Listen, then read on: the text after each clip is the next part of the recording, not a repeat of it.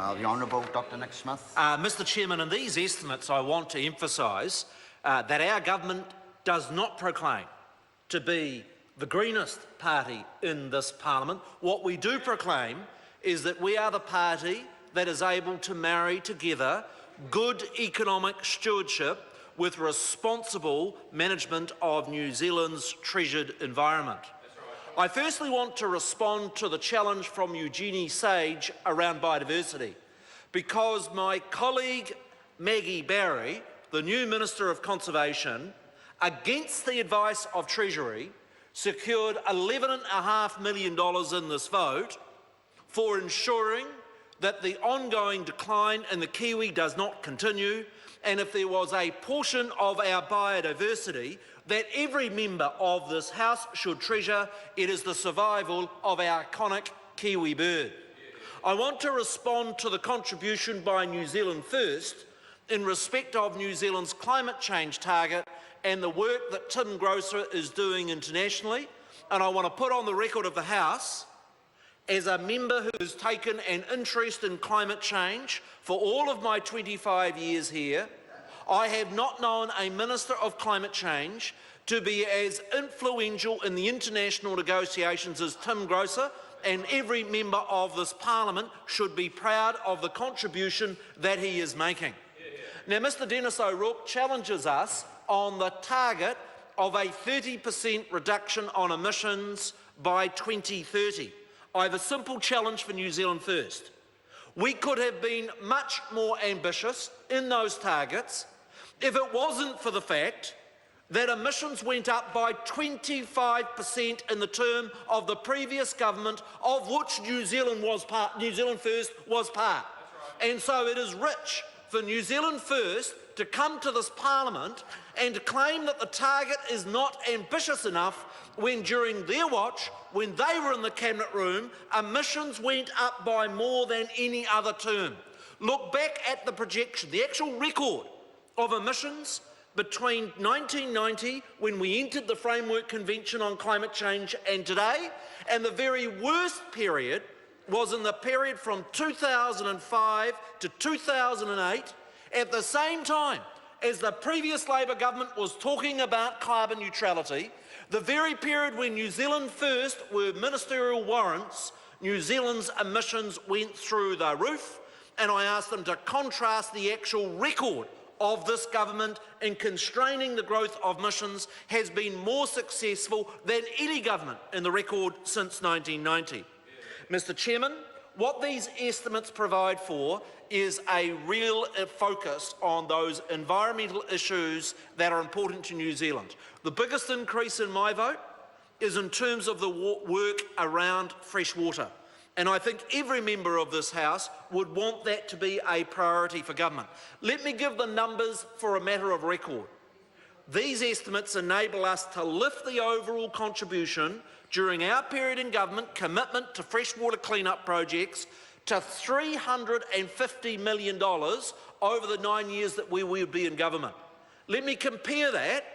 In times when there was a lot more cash for government, the previous government spent just 50, 1/7 of the amount that we have committed, and that is why I say to members of this House, this government has a record of real commitments in fresh water.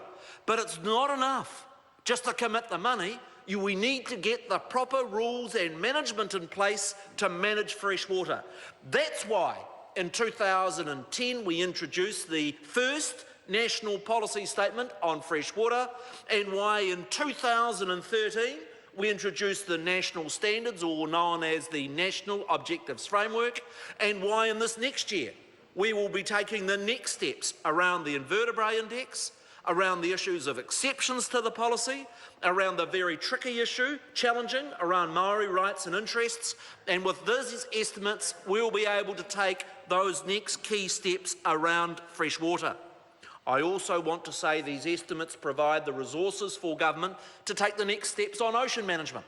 An important step that we'll be taking later this year is for the Environmental Protection Authority to take responsibility for the pollution regulations in that exclusive economic zone that makes up more than 20% of New Zealand's area that we are responsible in terms of jurisdiction. Mr. Chairman. The Honourable Dr. Nick Smith. Mr. Chairman, and that is why a very important part of our next steps for our blue-green team is around reform of New Zealand's legislation in respect of marine protected areas. This is a complex piece of work. It involves a large number of government agencies, Foreign Affairs, Defence have an interest, both my Ministry of Environment, Conservation, a big interest, of course, from the Ministry of Primary Industries, which Nathan Guy is taking an intense interest in, and we this year will be putting out a substantive discussion document on how we can improve that legislative framework, and that is something that we are going to do in the next year, and we would welcome Labor's support for a piece of work that has been promised for, I'll just remind the Labor member, it was in your policy in 1999, you had 9 years, made no progress. Look forward to the progress that we will be making in the next year around that important piece of work around marine protected areas that was mentioned at the speech of the throne at the beginning of this year. The other specific area that I want to mention is the importance of resource management reform. In that area, we are going down a direction of a greater degree of national consistency. If we're to get good environmental outcomes, but to get the compliance cost down for sectors, what we need to do is to have a greater use of the national instruments under the RMA. That is why right now, with the support of these estimates, which provide a substantive increase in funding, we're looking at a national environment standard on telecommunications. Why? Because my colleague, Amy Adams, the Minister for Communications, is going for broke to make sure that New Zealand is a world leader in the extension of ultra-fast broadband, of cell phone technologies, but there is no good doing that if we can't actually get those new networks consented. And having every single one of our councils across New Zealand having a different set of rules around where you can put Wi-Fi, where you can put ultra-fast broadband, and where you can put cell phones does not make sense.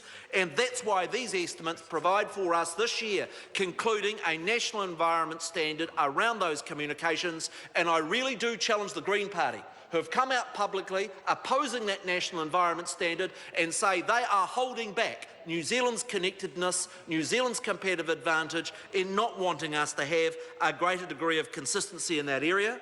I'd also mention one of New Zealand's really important export industries, the forestry sector. You know, members give lip service to the issue of regional development. Which are the regions of New Zealand of which forestry is a critical industry? It's Northland, it's the central North Island, it's areas like Nelson and Marlborough and Southland. And if you talk to the forestry industry, one of the real concerns that that sector has is differentiation of rules under the RMA that drives up their costs, that undermines their international competitiveness. And that new national environment standard that we're consulting on right now is going to provide for good environmental outcomes. In some areas, it means tougher environmental rules. That's true. But it results in better environmental outcomes, but a huge reduction in the amount of bureaucracy and consents that are required for New Zealand's fourth biggest export earner. And then alongside that piece of work is important work around the RMA that's also critical in respect of that key challenge New Zealand has around housing. A key part of these estimates provides support for the development of Auckland's unitary plan. Why does that matter? Well, it's actually a third of the country. And this government is providing support for Auckland to be able to finalise in the next year a plan for that city that is so critical to its economic growth, so critical to its housing, as well as ensuring that we have good environmental management in that year. So this program in the conservation, in the climate change, and the environment area shows a very active blue-green agenda by this government, doing the things that will make sure we better manage our environment, our water, our marine space, our biodiversity, our air quality, those things, while also supporting a strong economy.